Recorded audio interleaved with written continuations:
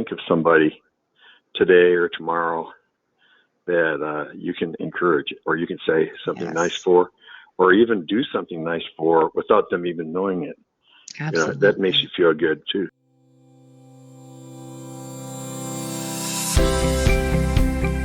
Welcome to the Meyer Clinics podcast. Join our licensed clinical professionals from various backgrounds as they discuss fascinating mental health topics with a wide range of guests. Meyer Clinics is a Christian counseling organization with multiple clinics nationwide dedicated to treating the whole person, emotionally, physically, and spiritually. Welcome to our listening family. We thank you for joining us.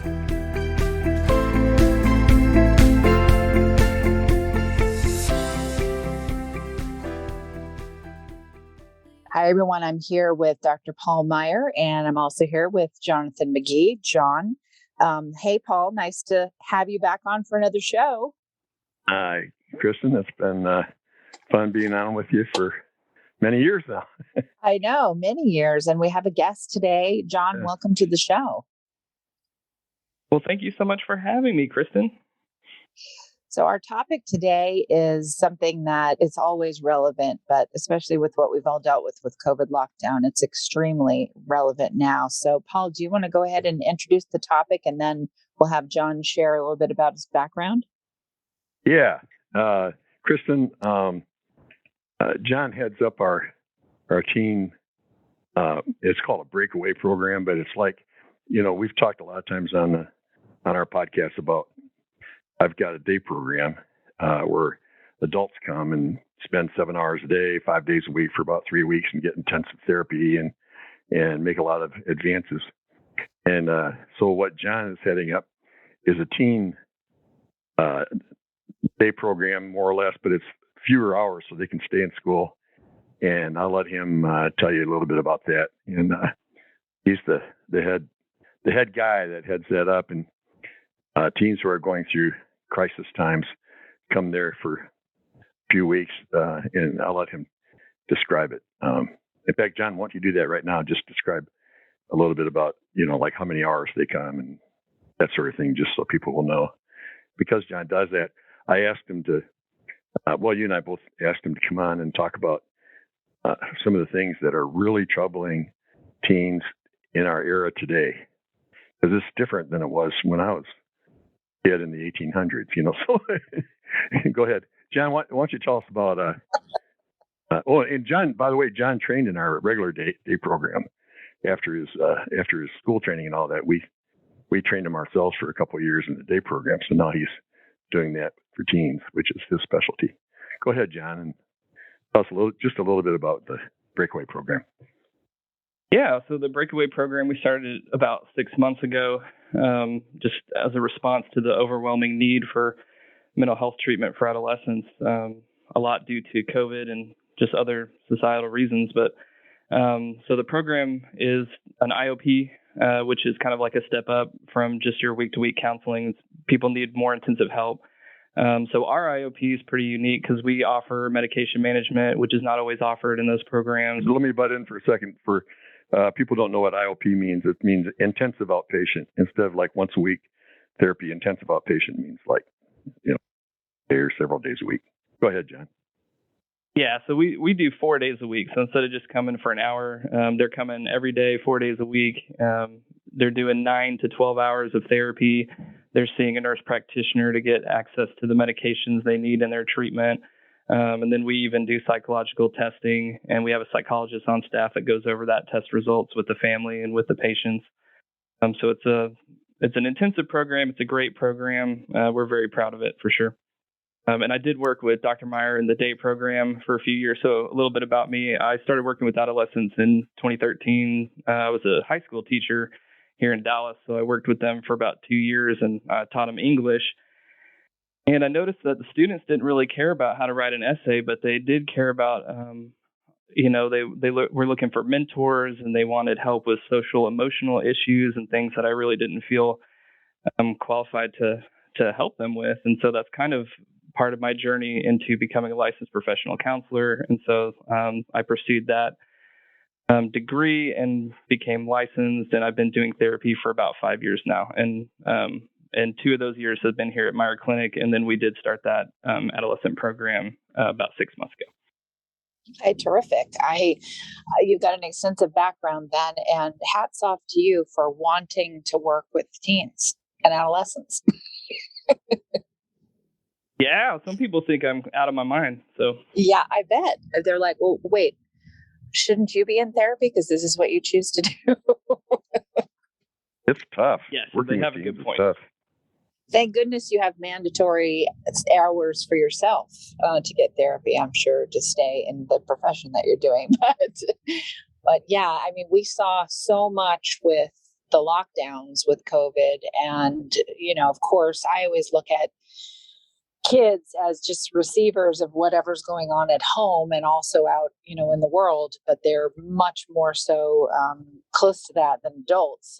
A lot of times there'll be so much civil unrest, so to speak, at home, but the kid's the only one acting out. And of course, the parents are pointing the finger at the kid, and you as the therapist are sitting there going, well, it's actually, they're just acting out what's going on at home. So as we go through these items that Paul's prepared for us, how do you manage that, John, when you're trying to figure out what's quite going on with a kid? Well, we do look at the family as a system. So we do actually, in our program, family therapy is mandatory. So we are working with the whole family. Because that is a big part of it. And you're right, they're acting out a lot of things that they see at home and reacting to, whatever amount of dysfunction, because every family is going to be dysfunctional in some way, some more than others, right? Right. And so we're working with the family on that as well. And then, the other thing we're looking at when we're looking at adolescents and working with adolescents is that they're trying to create an identity for themselves. That's the time of life where you're becoming independent from your parents and you're trying to answer those questions. Who am I? What do I want to do with my life? What is my role in this life? And that's their major psychological task at that age. And so, yeah, we're treating them for depression. We're treating them for anxiety. We're helping the family out, but we're also looking at how can we help them to create a strong identity to carry them on through life and to help them be successful throughout whatever they're struggling with. I have a quick question for you, Paul. We've done shows where we've talked about the different ages of development. Maybe this is for both of you, but at what ages do kids really work with, establishing their own identity? And what is that final age? I mean, we use 18 as a rule, but that age where you really do need to separate from your parents and go live your own life. Can you give us just the synopsis of what those ages are? Well, I'll tell you what I learned at Duke 50 years ago, but it's probably progressed since then. But we were taught that about half of a adult's personality is formed by the 3rd birthday and 85% by the 6th birthday, but that anybody can change no matter how old they are. But you sort of develop patterns when you're a child, as far as what the dad like, what's the mom like, what are authority figures like, and who am I? And when you're an infant, the world revolves around you, and you are the world. Later on, the world expands, and when you're a young child, you tend to think everything your parents say is true. So if they put you down and tell you that you're stupid and things like that, then you believe them. And then, fortunately, a little teen, kids that rebel some, and when they turn into their teens, are really, I think they're healthier than the kids that are totally compliant. And like John said, they're forming their own identity. And I joke around with my clients who are parents, and I joke around with my clients who are parents, and say you can tell when your kids establishing their own identity, because instead of wanting to go out to eat with you and the family, they'll start saying, "Well, I don't want to go out to eat with you. I don't want to sit at the same table because Right. my friends will think I'm dependent on you." So when they start wanting to sit at a different table, then you'll know they're starting to develop an identity of their own. And some parents encourage that, and some totally discourage that and want to control the children. And so, John, I'll turn it back over to you. Is that still sort of what they're saying now? That's what I learned many years ago. Yeah, and because parents will come in and be like, I don't know who this kid is. It's not the kid I raised, and they just woke up one day and they're not listening to me when I talk, and it goes in one ear and out the other, and they're dressing weird and they're listening to weird music and they're hanging out with these, and so that's part of that identity development. And so parents, you're right, they either encourage that and say, yeah, hang out with these new friends, or, try this new music. And, those are things we would expect someone to do as they're trying to create an identity. But then some parents are very disturbed by it and they discourage it. No, you can't hang out with these people. No, you can't listen to this. No, you can't, they kind of stifle that and make it into a conflict between the parents. But Google listens to everything we do and all that. So it sends me all these psychology articles every day, and I love it. So I read them all. But about 2 weeks ago, they published a study with MRIs that showed that about age 13, kids' brains neurally and biologically react different to the voice of their mother. So there was different parts of the brain, the reward centers of the brain, emotion processing regions, would light up for someone 12 and under when they heard their mother's voice. Their mother's voice had a special reaction, and they listened to it in a way that they didn't listen to other people. But then around age 13, that just stopped. Interesting. Does it become a repellent at that point? Right. Yeah. They have a really bad reaction to hearing mom's voice. Hi, this is Dr. Paul Meyer of the Meyer Clinics.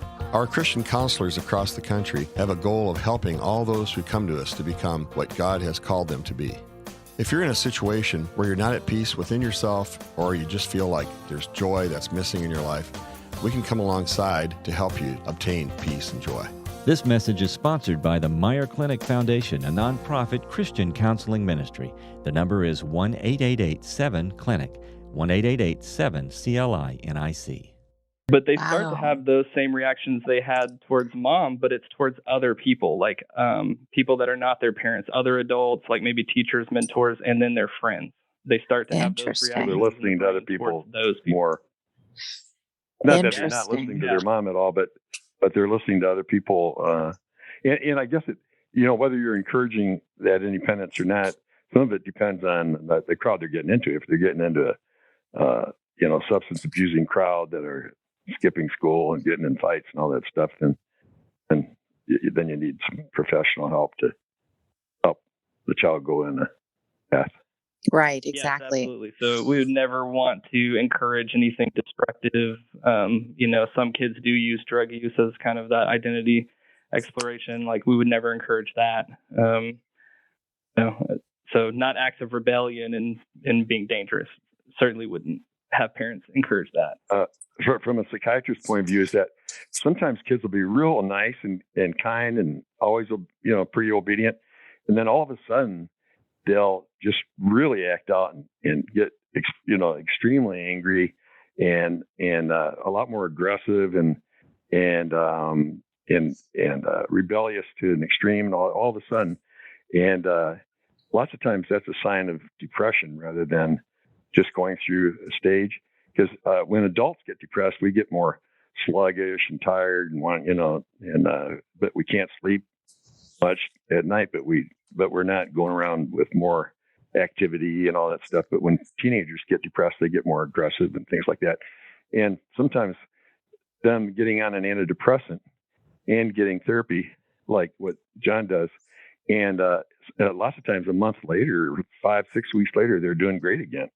And but they may need medication, like John said, to help build that serotonin back to normal, because the low chemicals themselves are making them react in a worse way than what they're going through. Yeah, exactly.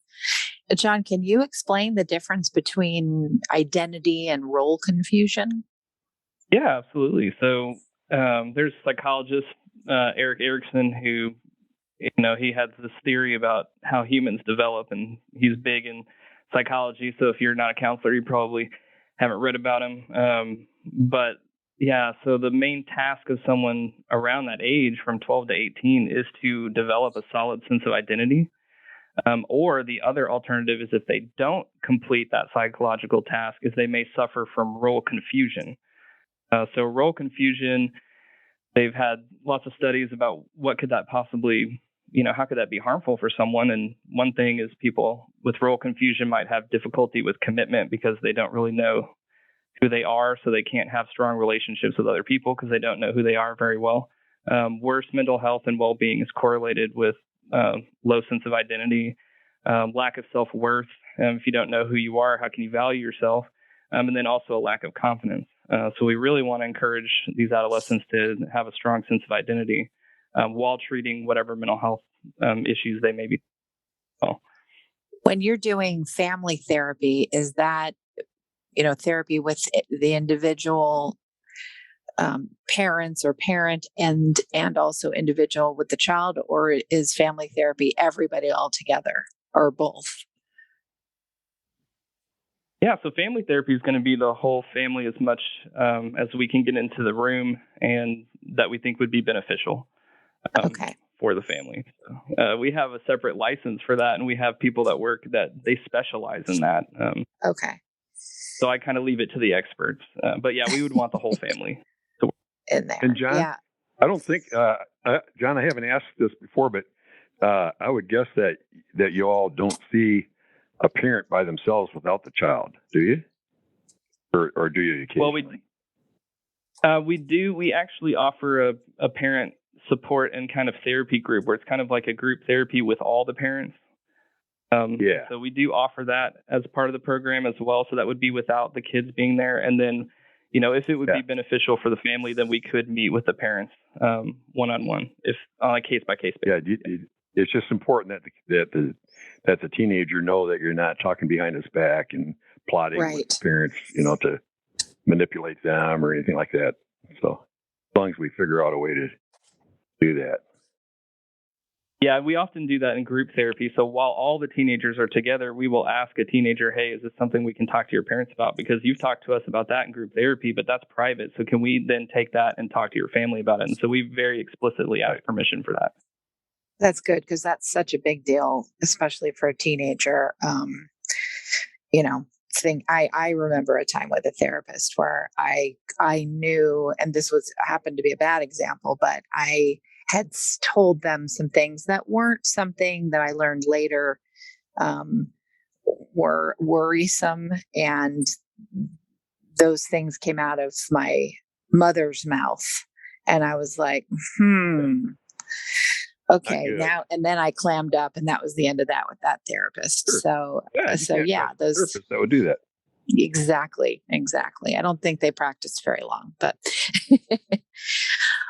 I'm curious about the logistics of this, because obviously it's so important, especially with how upended everyone's schedules have been because of COVID. So explain exactly, kids are going to school now for the most part. Everybody's going back to the classroom. So is this after school? That 9 hours is not 9 hours in a day. Is that 9 hours a week? And it's after school that they come to the clinic? Yeah, so we want them to be in school as much as possible. So we do it in the afternoons and early evenings. So they can go to school until noon or 1. And so they might miss a little bit at the end. And then they come up and do 2 or 3 hours of therapy a day. And then the parents, we do appointments with them later so that they can get off work. Right. So those might be at 6 o'clock and things like that to try to fit everyone's schedule.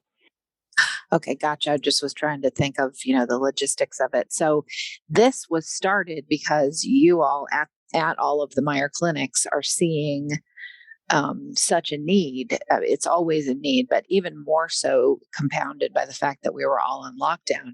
Am I assuming correctly? Yes, absolutely. There's just been a huge amount, and there's just a lack, or there was, I should say, a lack of, I would say, intense mental health help for adolescents, more of a liability for clinics to work with that population. And so there's a lot of things that have shifted in the last 2 years. And I've worked with Springstone prior to coming to Meyer, and they're switching to a lot of adolescent programs. We've added ours, and they're just popping up everywhere to try to meet this demand. It's just unfortunate to see this massive increase in depression and anxiety with adolescents. Kristen, before COVID, teenagers at least they had outlets. They went to school, they played sports, they were in clubs, they had friends that they socialized with in person. And then Right. during COVID, at first, they couldn't even go to school until for a whole year or so, Right.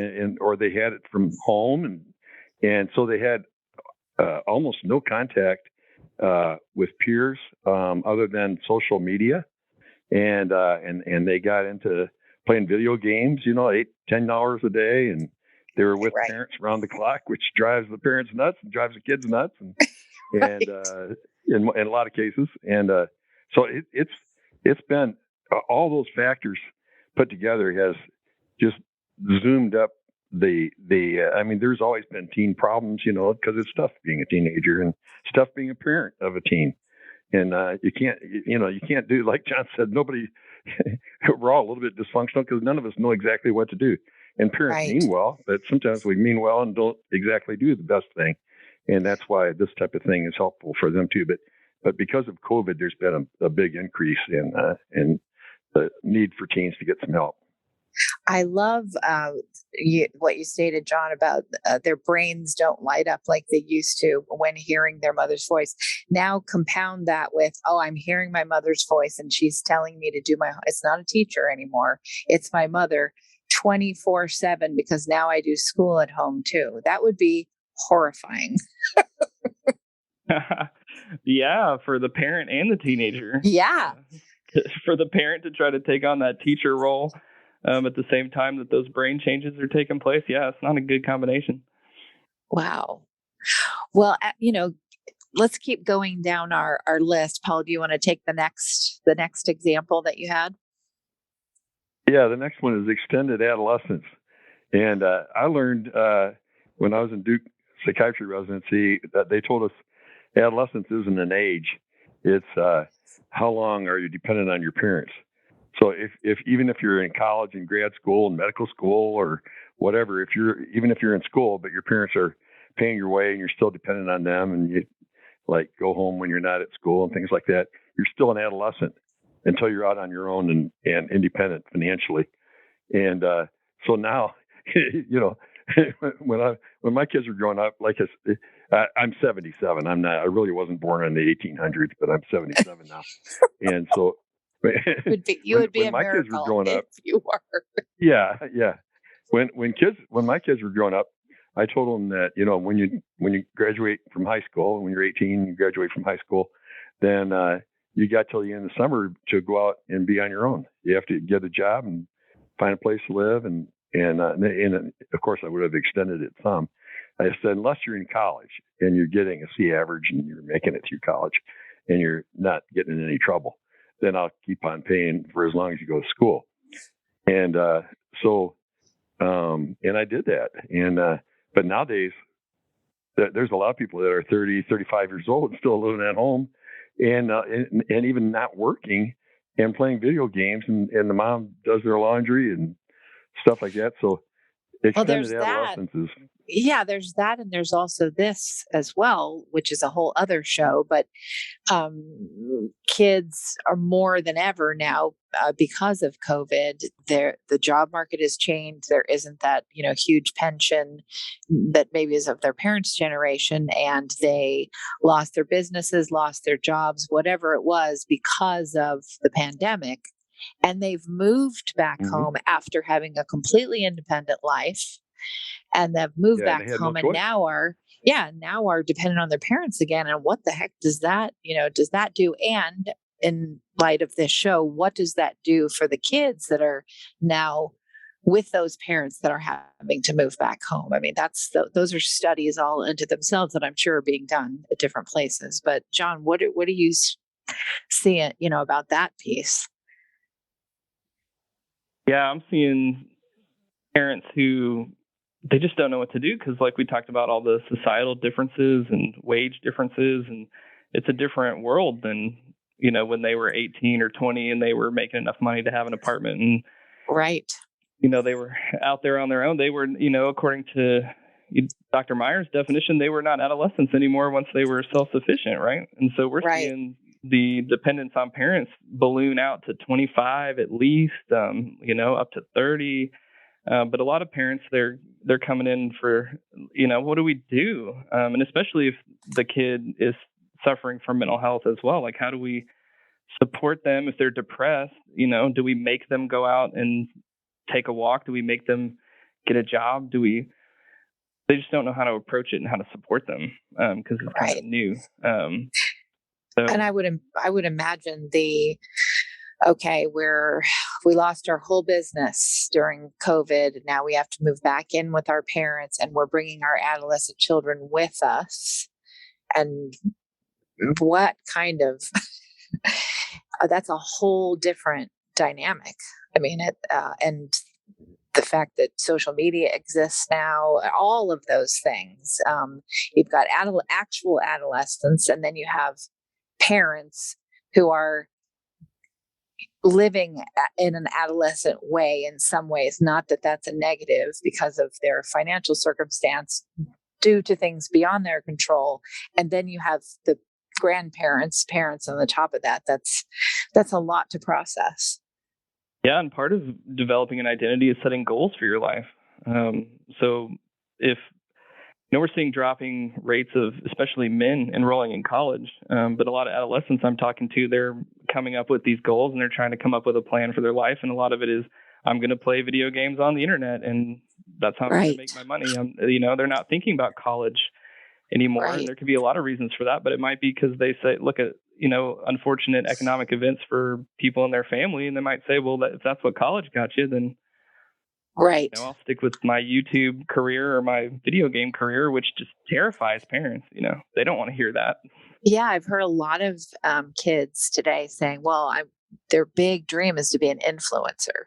I think if we could abolish the word influencer, that would be good for everybody, but I know that's not reality. And how does identity play a part with combating something like that?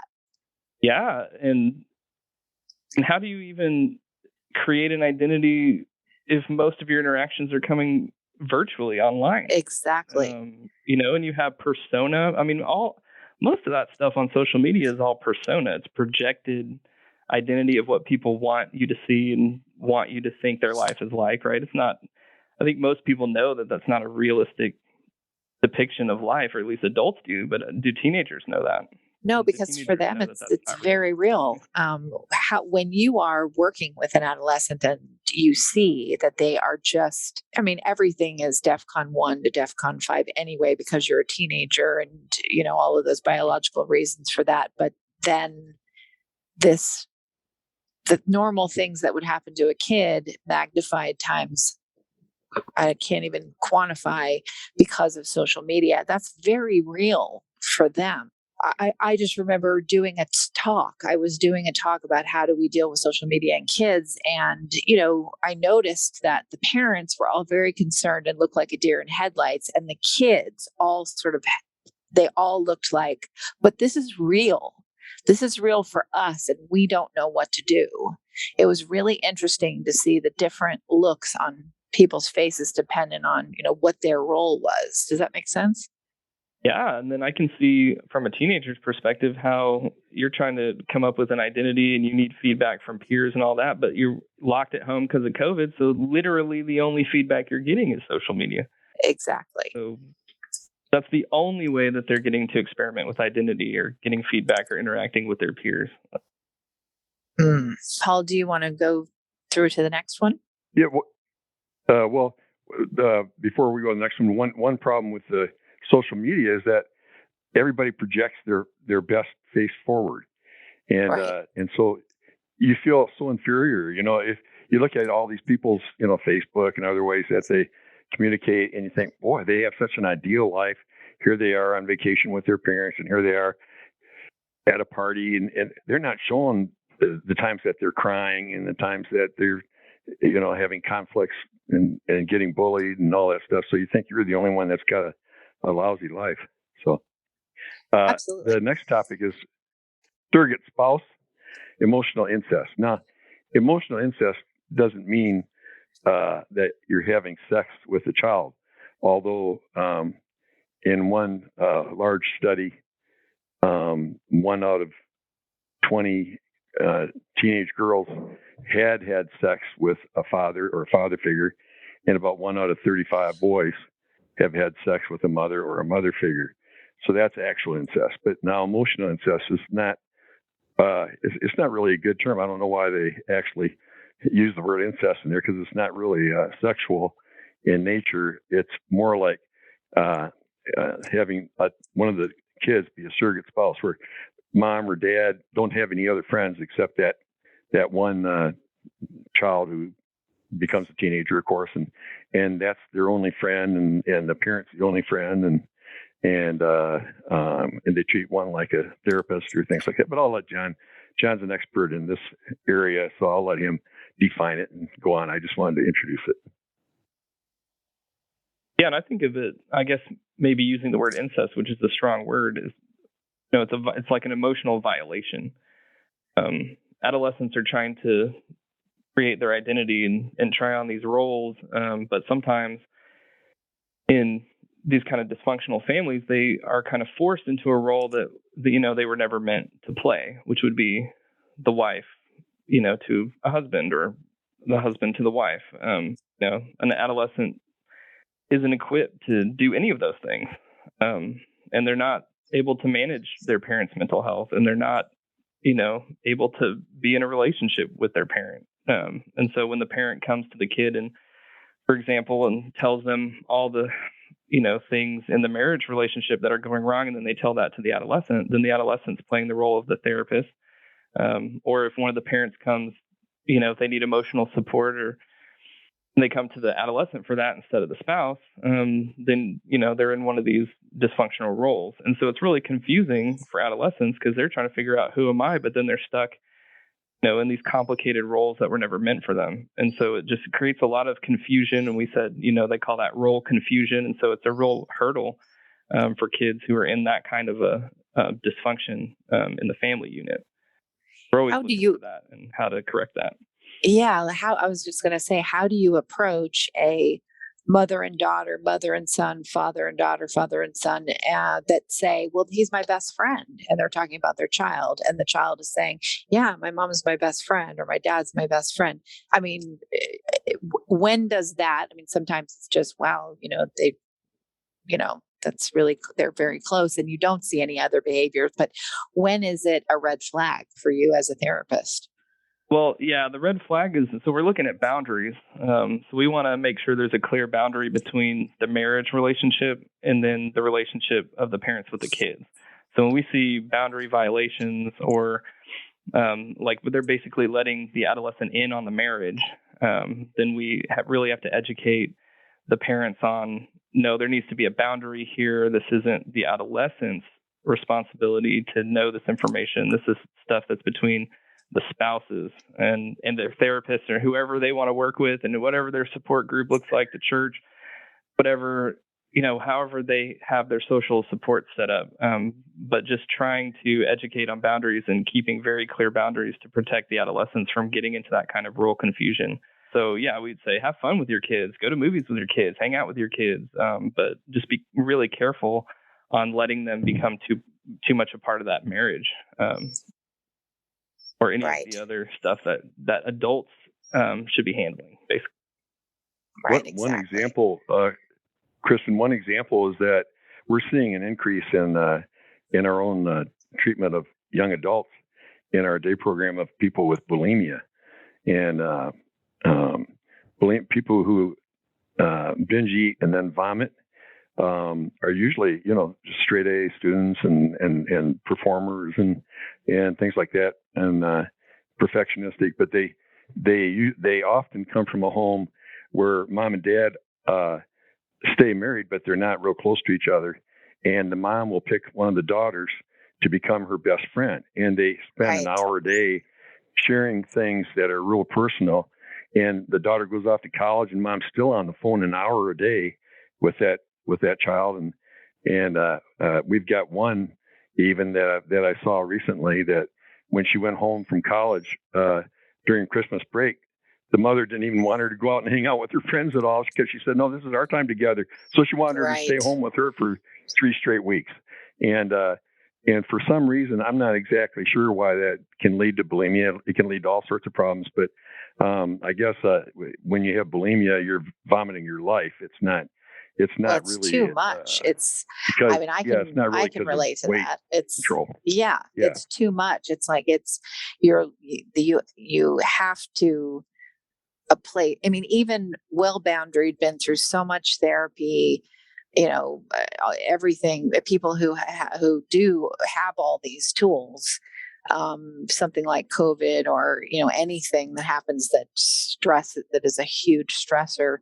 It's too much information. I can't even imagine as an adolescent carrying the weight of my mom's grown-up stuff. I would need to yeah, vomit some of it out too. So it just makes perfect sense yeah, to me why bulimia would become this,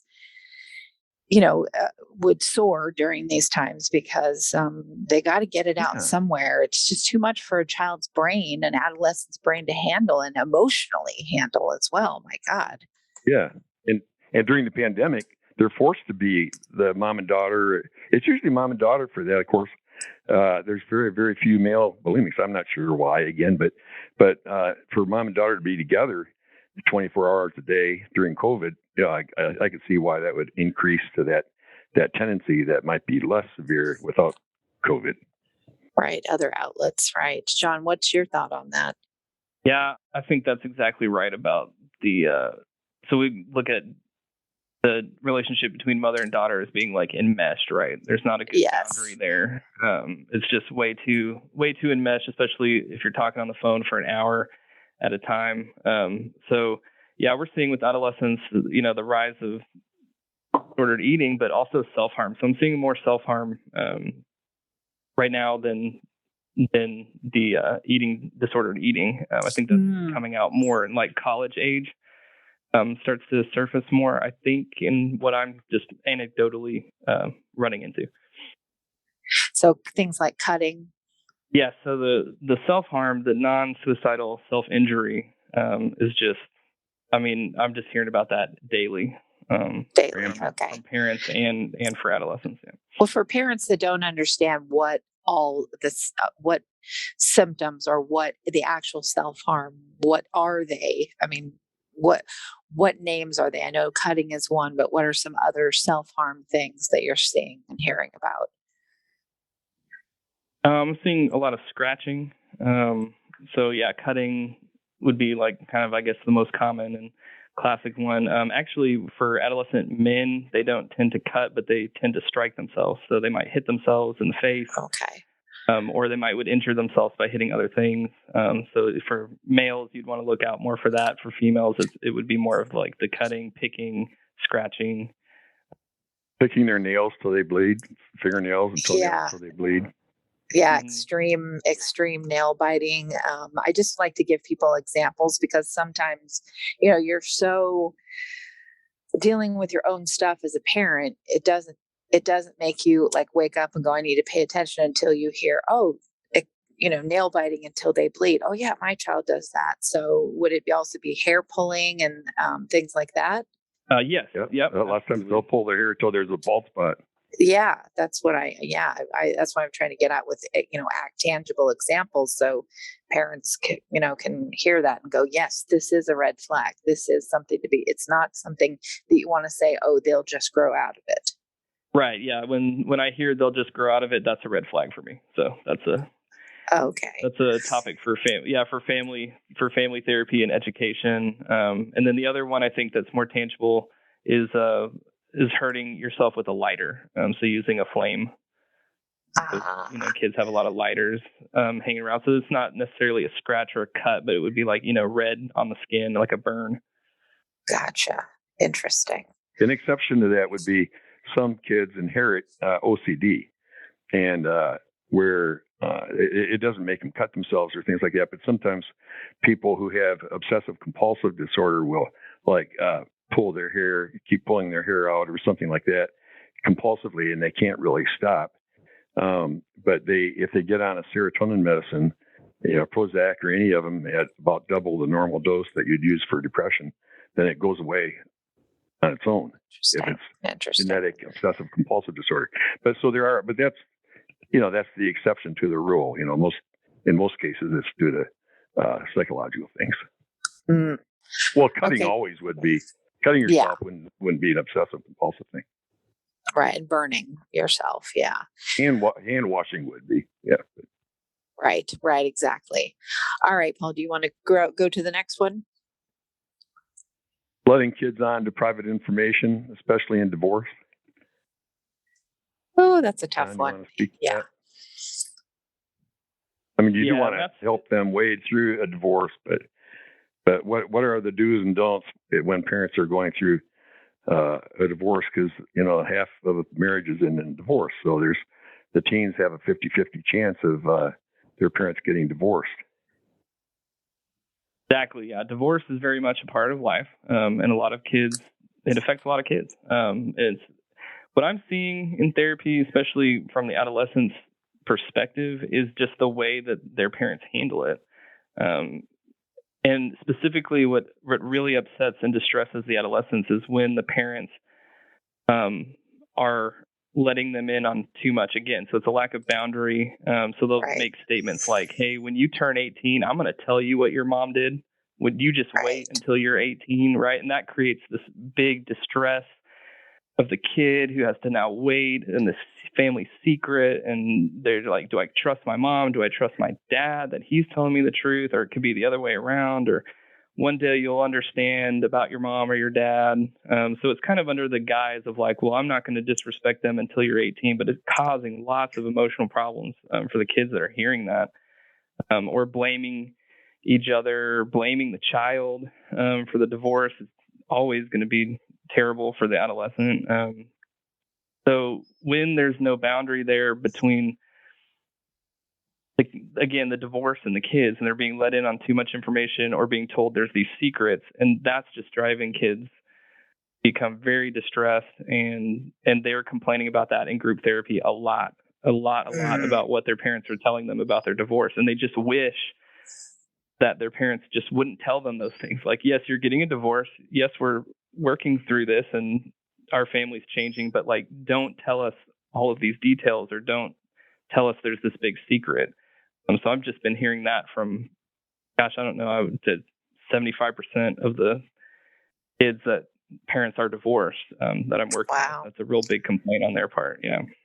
Teen suicide rate does soar up during divorce, but if it's handled well, then it doesn't need to.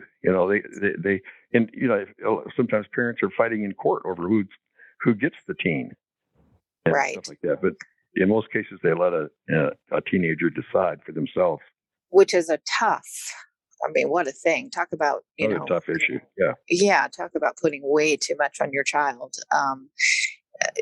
But something else too, we saw domestic violence. Paul, I've done a couple shows on this recently. We saw that rise with the pandemic and people being locked together in the home. Are you hearing, John, in your group therapy sessions about, maybe there was some covert abuse or ambient abuse before, but now that the parents are locked together, that's come to a bit of a crescendo, or actual, not just a bit, and how the kids are, dealing with that. Or abuse of the teens too. Go ahead. Yes, I think I've probably heard more about the abuse got worse towards the adolescents.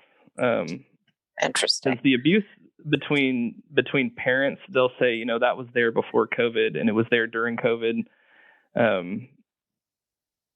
But the emotional abuse and the physical abuse of the adolescents, they're reporting that got worse during COVID, when they're home all day long and they're not at school and their parents are now their teachers. But yeah, definitely.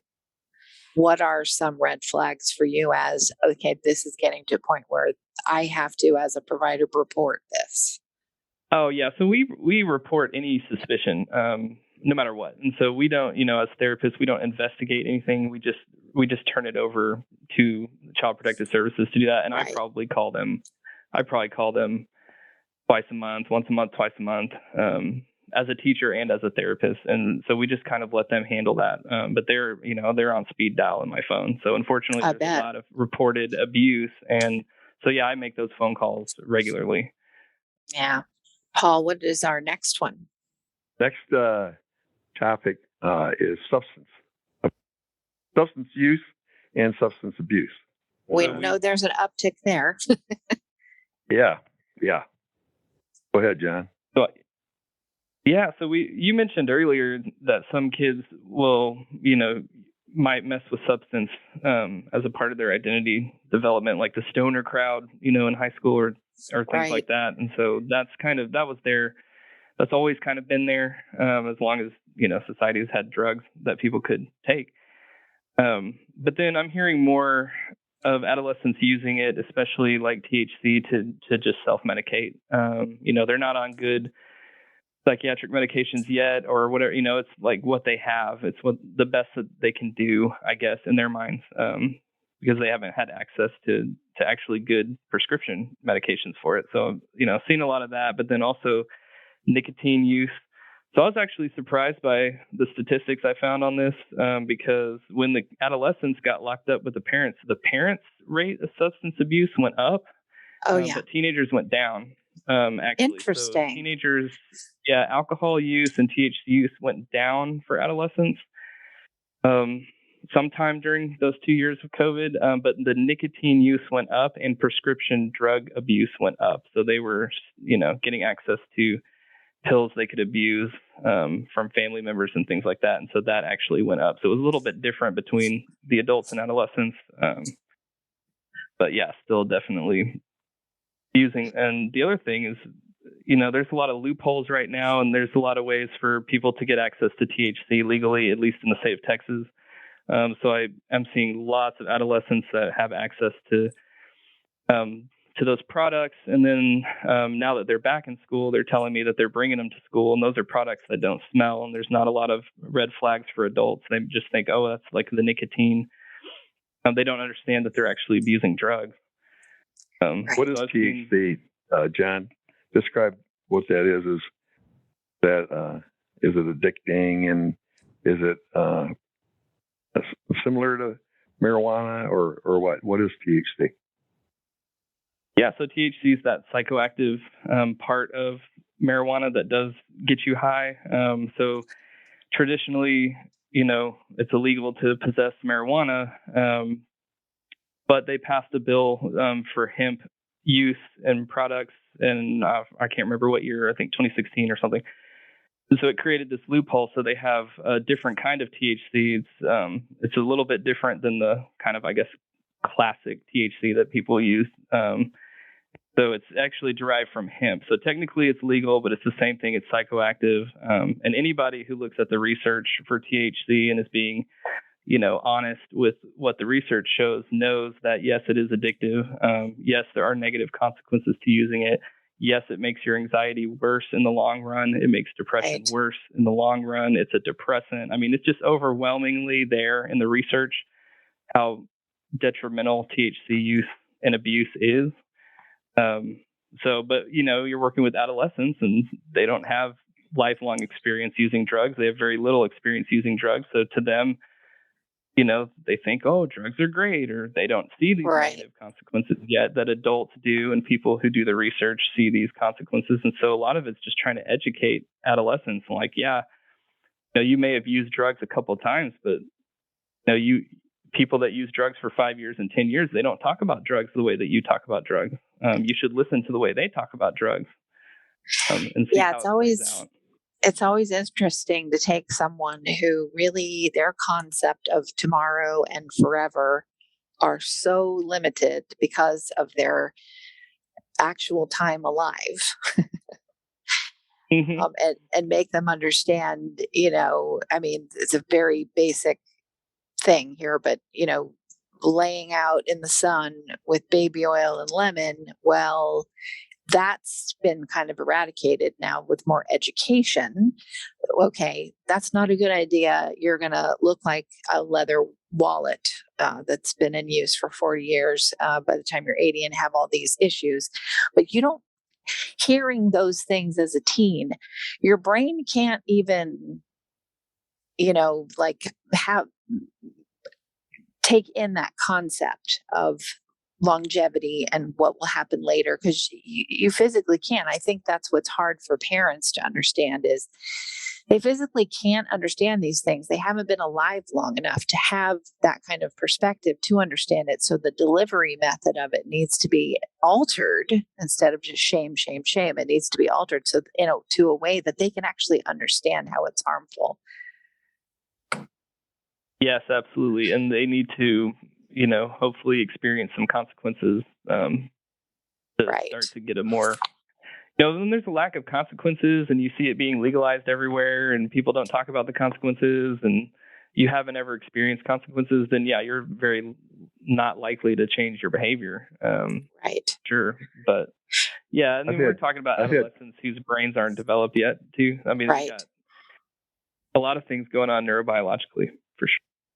Yeah, I've had two patients in the past year from Colorado where it's been legal for longer than most places. Marijuana and all that's legal there. And I've had two cases from Colorado in the past year or year and a half where somebody in their 20s was smoking pot several times a day and nobody thought anything of it. And they became permanently brain damaged and psychotic, and I couldn't do anything to help them. They'll spend the rest of their lives that way. Yeah, that's frightening. I know in my own family, a young person in our family started smoking pot in their adolescence, and they didn't think anything of it. And then by the time they got into their mid-20s, they were having just, and need to go to the emergency room panic attacks and anxiety, and they won't touch it ever again. That was scary enough to where they won't, do that. But at the time that it was going on, we were all trying to explain, this isn't good. We didn't come up with a good way to get them to understand what we're saying. Luckily, they figured it out on their own consequences. But, it's hard. It is my hat, like I said in the beginning, my hat is off to you, John and Paul, trying to get through to someone whose brain it just isn't quite there yet about the consequences of what they're doing later in life. Yeah, and a lot of them don't even care if there's consequences later. What you mentioned earlier, Kristen, is very true in research too, that many years ago, when they asked 21-year-olds, what's your goal in life? They said things like, well, to make a contribution to society, to have a family, and they could think of what they wanted to be doing 20 years, 30 years down the road. And in recent, when they do the same survey in recent years, the most common answer is to enjoy today. What's your goal in life? To enjoy today. And they're not thinking about down the road. And kids, teenagers, when I was a teenager, just wanted to have an equal opportunity. I mean, my dad was a carpenter, and my mom worked part-time as a maid. And but since I wanted to, I could figure out ways to go to college and grad school and become a medical doctor and a psychiatrist. And so I wanted just equal opportunity. But today, a lot of teenagers want equal results without having to work to get it. Well, so when you're shown, a lot of them live more for today. When you're shown a TikTok video of how amazing life can be that lasts, less than 30 seconds, where your brain is at as an adolescent watching that is a lifespan. I mean, that's what I found when I've interviewed, that everything is in sound bites, 30 seconds at a time, so that I get that why they would think that. Oh, I just want to be happy today. John, what are your thoughts on that? And then we'll close out today's episode. Yeah, well, all this stuff is so intertwined and related. I think the last thing with the substance use that's a concern for me with identity is, there's almost a drug-induced or alcohol-induced arrested development for people's identity. And I've worked with adults in the recovery community and things like that. A lot of times when you get sober, you quit using drugs and psychoactive substances, and you have to relearn who you are. And so It's almost like adults later in life have to go back and revisit this stage of identity creation because they missed it because of the substances. So when I see adolescents that are in that anyway, they're supposed to be creating this identity in these roles, and then they're also using substances heavily. It's just really, really detrimental to their main psychological task. And all the research about the earlier you use drugs, the more likely to become addicted and to become, an alcohol abuser and chronically and all that stuff. So the substance use is a big one for me. And a lot of times you can just educate and talk to kids about why and try to find motivations and things like that. But that's a big red flag, and I'm seeing that one a lot. And it's a big hurdle for identity development. Absolutely. Well, Paul, can you and John, whichever one of you would like to do this, let's let people know how they can get into this program, what it's called, what are the steps to get in, to find information, all of that. And we'll, of course, we're not finished, so we'll, of course, do a follow-up show to go through the rest of our list. But let's make sure people know, how the heck do they get to be a part of this and have their kids be a part of this? John, you do that because you know a lot better than I do what the steps are.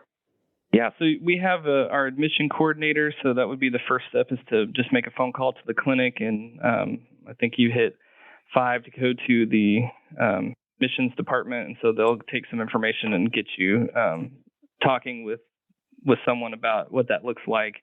And then ultimately, I would sit down with the family and with the teenager and do a evaluation, mental health evaluation, to see what we would recommend to make sure that, that we're the right program for you. But the first step is just to give the clinic a call and hit 5 on the extension. But that number is 972-437-4698.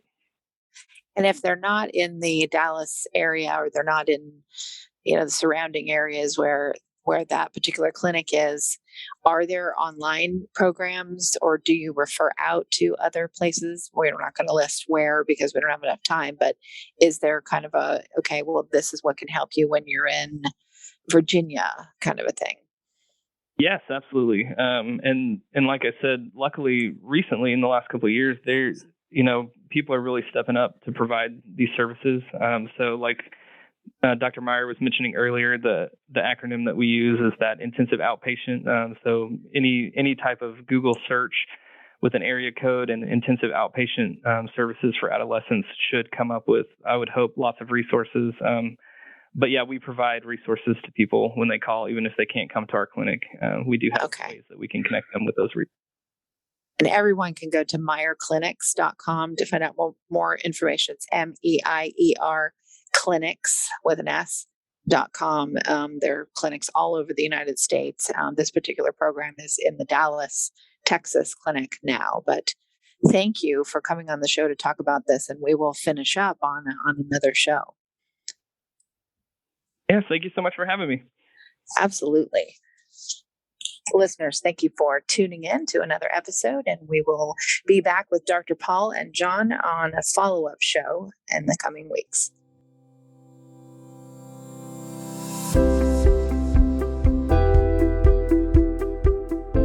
We hope you enjoyed this podcast. Tune in next time for another engaging discussion on relevant mental health topics. If you have any questions about Meyer Clinics, please visit our website at meyerclinics.com. That's MEIER clinics.com, or call us at 888-7-CLINIC. Don't forget to leave us a review on iTunes, Stitcher, or any of your favorite podcast apps. And please note that we are a member of and produced by Mental Health News Radio Network, MHNRnetwork.com.